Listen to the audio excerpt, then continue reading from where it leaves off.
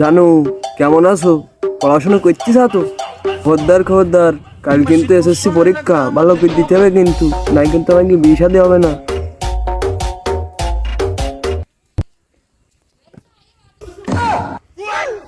খোকা এ দিদি আমার ধান কাটতি কাটতি পাশার চামড়া সিঁড়ি দিতেছে, আর তুমি এই বসে ফোনে কথা কইতে চাও?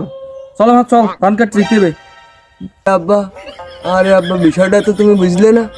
কাল আমার এসএসসি পরীক্ষা না, তাই বন্ধু মফিজের সাথে কথা কইছিলাম আমি পরীক্ষার বিষয় যে কি দি কি করবো না কি।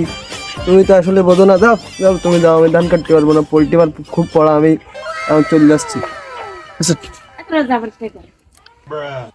আচ্ছা ঠিক আছে, তাহলে থাক, আমি গেলাম। আজে দেখো কি সে পানির টপ তো রাখি আইছি, এমন যা গরম পড়তিছে, তাই পানির টপটা নিয়ে আসি।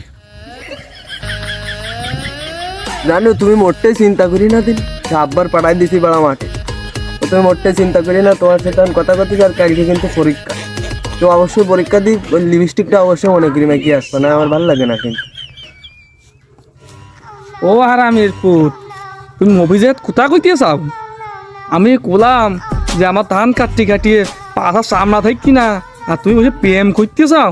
তোর কাশি দিয়ে ছাপাই নি তোর। जगन्नाथ प्रेमानंद ये क्या हुआ?